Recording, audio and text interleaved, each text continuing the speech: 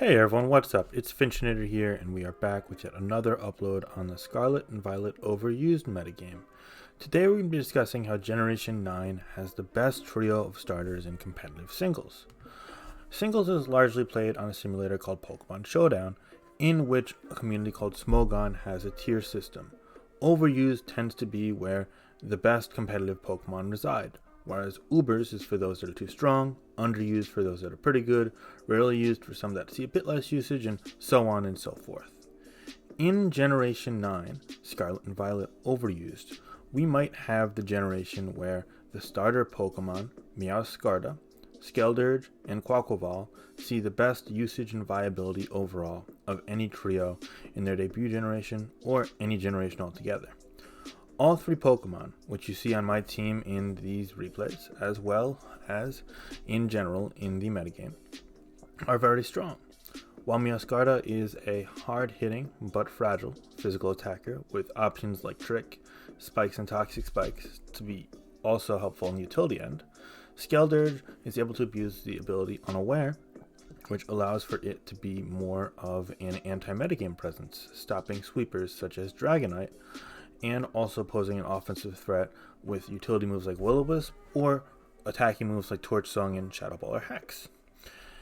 On the flip side, Quaquaval is more of an outright sweeper that also has some bulk, kind of a hybrid Pokemon if you so please to say so. It can use bulk up coupled with Aqua Step to boost speed and Moxie boost attack. In addition, these Pokemon all have different nuances that allow for it to potentially function in different, less conventional roles, or help highlight needs that your team has. For example, on this team that I'm using in this game, and in the replay that you're seeing here, I noticed my team didn't do very well against Garganacl, which is a very common Pokemon in the metagame, and another Pokemon that's new to the 9th generation. Because of that, I made my Skeledirge Substitute. Substitute allows for you to live Salt Cure, and not only not take the extra damage from it, but also set up with Torch Song while also chipping it away. In this game here, I was able to basically sweep my opponent's team as they did not have an unaware use of themselves as their Clodsire was Water Absorb, and they tried to use Garganacl, which would normally check my Skeledirge, since it could not be Will-O-Wisped and couldn't be broken down easily, to check it. However, I was able to substitute, and thanks to my Terra Dark, which is oftentimes there for Crunch from Chanpao, and Shadow Ball from Goldango and Dragapult, I was able to get also a neutrality to the Dark type Salt Cure, therefore allowing me to substitute on it and set up all over this Garganacl, effectively multiplying my special attack stat by 4 after I fired off 6 not so consecutive Torch Songs. This allowed for me to sweep the opponent's team pretty comfortably. In this game, I was also able to do some damage with Meowscarada, as I was able to use Choice Band protein-boosted physical attacks such as Knockoff, or in this instance, Flower Trick, with always critical hits on top of its stab. However, clearly the MVP of this game was Skeledirge, and unfortunately I did not get to bring a Quaquaval. Moving on to other games though, there are other ways to use these Pokemon as well. And while I'm just highlighting this one team and how it plays through the ladder, I will try and provide a multitude of stats down below via PokePaste link in the movie description. So if you want to see a couple different ways to use Meowscarada, Skeledirge, or Quaquaval, you can go ahead and click the links down below in the description and you can try and fit those on your own teams. Or, if you want to try out the combination of the team with all three of them for the fun of it, you can feel free to do that as well. In this game, much like many others, I actually lead with Meowscarada because it's a choice band Pokemon on this team and it's very fast. While it wasn't able to quite take out the bulky Garchomp that's designed to check Pokemon like it, now that Garchomp is suddenly weaker, making it so that Quaquaval, Skeledirge, Great Tusk, and Kingambit have a lot more openings, while I have one less Volt Switch immunity for my Rotom Wash, effectively serving its purpose, while my Great Tusk is ultimately able to remove its hazards and get the kill all in one. This is another great way of using Meowscarada. Sometimes people even elect to forego a Choice Band, Choice Scarf, or Heavy Duty Boots and use Focus Sash on it with Overgrow.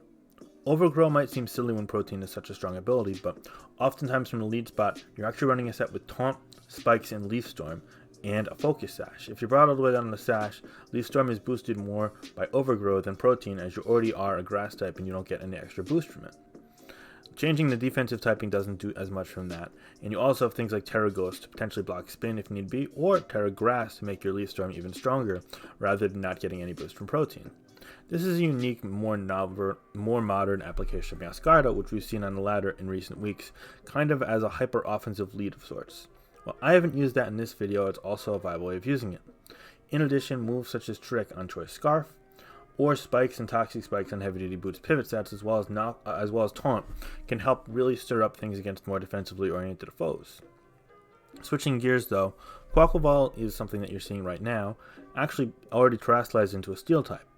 In this game, we're going to be seeing an application of it which is more bulky and finesse oriented, as you run bulk with some speed and maybe some attack, but ultimately your goal is to get up bulk ups and start racking up kills and Aqua Step speed boosts. Once you get a couple Aqua Steps up, you're really able to outrun even the fastest Pokemon in metagame, as well as most Choice Scarf users. This allows for Quaquaval to be impossible to revenge kill, as it's boosting its defense with bulk up, and it has a naturally decent typing against most priority, especially if you elect to go in Terra Steel, giving you two options to kind of have defensive typing. Couple this with the fact that bulk up boosts attack, and it also has the ability Moxie, meaning that once it gets one kill, as you see, it's already going to be very strong, so this Aqua Step can almost take out this Gardevoir. And then once it gets another, it can really snowball out of control here. So as you see, I get another kill here into this Gardevoir, and suddenly my attack goes from 1.5 times all the way up to 2 times, effectively rendering my opponent's counterplay to be much less effective and much less likely to be able to tank my hits. So while foddering things off and trying to trade kills is a very common strategy in the competitive Pokemon arena, you see this isn't a very practical and potentially even possible strategy when combating Quaquaval. In this game, my opponent did elect to use his terrestrialization to try and check me. However, he was unable to do so, as since I had the Steel typing, he could only hit me with a not very effective Brave Bird, and I could set up in his Corviknight's face. Terrestrialization is actually wonderful on all three of these starters. However, Quaquaval and Skeledirge, in my opinion, are the best two users of it of the trio. When it comes to Quaquaval, Steel typing is phenomenal on it, as it's allowing it, as you see here, to resist a lot of moves. This Brave Bird would have been super effective had it retained the Fighting typing, but upon becoming a Steel type, it's now able to completely resist that, effectively making it do 1/4 of the damage it would have had it been super effective. That allowed for Quaquaval to essentially complete the sweep, as given that Brave Bird wouldn't have done much to resist, I could have kept setting up in its face, and eventually gotten the kill. And then of course the Hydreigon, Sandy Shocks, and the Meowscarada would not have survived either. Moving on to another game though, there are of course plenty of other applications of terrestrialization on these starters. For example, Quaquaval could also run Choice Band sets with Terra Water to continue to boost Aqua Step. We sometimes see this on rain teams. However, a more common use of terrestrialization perhaps is Skeledirge, as it's always been one of the primary users of this defensively. For example, things like Dragonite can hit it hard with Earthquake, and Unaware would not only be able to render it very minimized, if you will. Sorry, bad phrasing there on my end. Would not be able to minimize the Dragonite too well if Earthquake to KO it. However, people originally used a lot of Terra Fairy. Recently, we've also seen people opt to use Terra Water as a more neutral typing that allows you to get more Torch Songs off, and even other things like Terra Dark to dwarf Ghost types, similarly to how you would a King Gambit with its normal resist. But instead of, not resisting initially, you got to change your type to. So there is some opportunity cost with using terrestrialization like that, but also you can get surprise kills. For example, if I bring my Dragapult or my Goldango in against a Skeledirge, I'm expecting to do super effective damage with Shadow Ball. So therefore, I'm lured into a false sense of security to stay in. However, if I'm unable to do that as planned, then I either have to predict the terrestrialization or potentially risk taking a super effective Shadow Ball, or in Goldango's case, Torch Song as well, while it resists the Shadow Ball once it's terrestrialized to a Dark type. There's a great defensive and even offensive value in this strategy. All in all, Skeledirge is one of the best Pokemon at changing its type. While Fire and Ghost is a very interesting typing, allowing it to be immune to things like Fighting types, as well as resistant to Fairy types, it's true that it has a lot of weaknesses. Things like Water, or Ground, or Dark, or Ghost are very prominent typings that we see, and while Skeledirge has good natural bulk, it cannot always withstand a whole slew of these attacks. Being able to resist or even neutralize these attacks can allow for it to cripple, minimize, or outright dwarf many offensive Pokemon, while also posing a nice offensive presence of its own. Overall, Skeledirge is one of the better Pokemon in the metagame, and I believe it currently resides in the A or the A- rank in the viability rankings. Similarly, Meowscarada is also a very strong Pokemon. While terrestrialization isn't very common on it, it can potentially do so with the Grass typing to even make Flower Trick, its signature move, even stronger. In fact, all three of these Pokemon's signature moves are also very good. Flower Trick on Meowscarada is able to always land a critical hit. Couple that with Grass Stab, and again the potential for terrestrialization, or a Choice Band boost, gives you a nuke at 100 and some odd base power, I think 110-ish, 70 times 35, 105 base power, plus Stab, plus the potential for a Choice Band, or the potential for a Terrestrialization, and suddenly realize that it's hitting very hard, and things like Iron Defense Garganocl are also getting critical hit through as a stat boost, so that's going to go even further there, as it always critical hits. So you can't even like Iron Defense your way out of it. When it comes to Torch Song and Skeledirge, it uses on every set, of course. It's one of the strongest fire attacks that it has, especially when you consider the fact that it multiplies over time by just getting a special attack boost each time.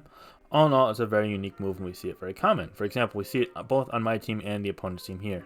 It's arguably one of the top 15 or 20 OU Pokemon, whereas I'd say Meowscarada is maybe one of the top 20 or 25 OU Pokemon, both, residing anywhere between B+ and A in the viability rankings. Quaquaval is perhaps a bit further behind these two Pokemon, but still a very viable Pokemon. While I believe it might not necessarily stay OU via usage the whole generation, it's still going to remain viable in OU. Some Pokemon, such as Dragapult, have great typing against it, same for things like Toxapex. However, you can get around this with like Ice Spinner, or just repeatedly attacking Dragapult can go a long way, whereas Taunt plus Terra Steel can potentially dwarf Toxapex depending on what set it's running and what position you're in. Moreover, Quaquaval, while it is a bit more support reliant and maybe doesn't get the most openings, can be a very fearsome offensive Pokemon. The water and fighting typing is great, and it complements the Terra Steel very nicely too. It gets options like Swords Dance and Bulk Up, and of course, on the topic of signature moves, Aqua Step is an absolute wonder. It's able to boost its speed every single time while hitting for decent damage, making it so that the relatively slow Quaquaval can definitely, outshine its initial speed tier and do more damage to faster Pokemon, potentially even avoid revenge killing altogether. Overall, this trio of starters is, in my opinion, the best of any trio of starters that we've ever seen, and I don't think it's particularly close either. If you go through the generations, you'll notice that there's always been one or two starters that just have not been particularly great in competitive Pokemon. For example, in Generation 1, we see things like Bulbasaur, we see Venusaur, we see Charizard, and I believe we see Blastoise. There's not been a generation where all three of them have been overused. In fact, none of them have really been OU staples over the years regardless. While Charizard had a couple generations in the metagame with the Mega Forms, Venusaur as well, or even in Generation 5 back when Sun and Chlorophyll were alive, none of them have stuck around, and Blastoise never has really been an OU staple despite having some fringe viability in Generation 5. In addition to this, other generations of starters, even your favorite starters, might not necessarily be the best. If you want me to go generation by generation, I shall. As we discussed, Generation 1 did not live up. However, Generation 2 had some success, but ultimately not too much. In fact, Feraligatr never really touched OU viability. Typhlosion and Meganium saw fringe viability in GSC-OU, but neither are metagame staples, and I believe neither has seen much usage in the last 10 or 15 years even if we want to go further back. In Generation 3, Swampert actually was a really good Pokemon, and it stayed OU in Generation 4, even seeing very early usage in Generation 5 until it completely fell off and has been a lower tier Pokemon since. However, I will note that Blaziken, while mediocre in OU in Generation 3, did see some usage. Then it fell off for Infernape in Generation 4, another starter Pokemon which we'll get to later. However, it eventually became much better due to speed boost, even becoming an Uber. With this said though, Sceptile held the whole gang down as it was never viable outside of some fringe usage in Generation 3, making it so that it was much further behind. And again, we're just looking at a trio of Pokemon that are all very viable, two of them quite good in the OU metagame, so I'd say this generation's trio, Generation 3, still falls behind Generation 9's. Going down the list, Torterra was unfortunately horrific by OU standards. While Empoleon was good in Generation 4, it never saw OU again, and Infernape, much like Empoleon, good in Generation 4 at points, not so much anymore perhaps, and it did see some usage enough to hang on to OU via usage in Generation 5 until it ultimately fell off in the last 5 or 10 years. But again, it hasn't seen much OU usage since then, seeing sporadic usage in Generation 6 to check Bisharp and Weavile. As we go further down the list, it doesn't get much better, unfortunately. While Serperior eventually got contrary, this was not during Generation 5 itself, and it took until Generation 6 to become overused, while Emboar and Oshawott resided in RU and NU, even lower as generations went on, never seeing any OU viability. When it came to Chestnut, Delphox, and Greninja, Greninja has been a darling of the overused metagame for a number of generations now, to the point where it's definitely a very effective option. It's currently OU with Protein, and it has been in Generation 7 as well. Generation 6, it was good enough to get banned, though, which is, you know, obviously great.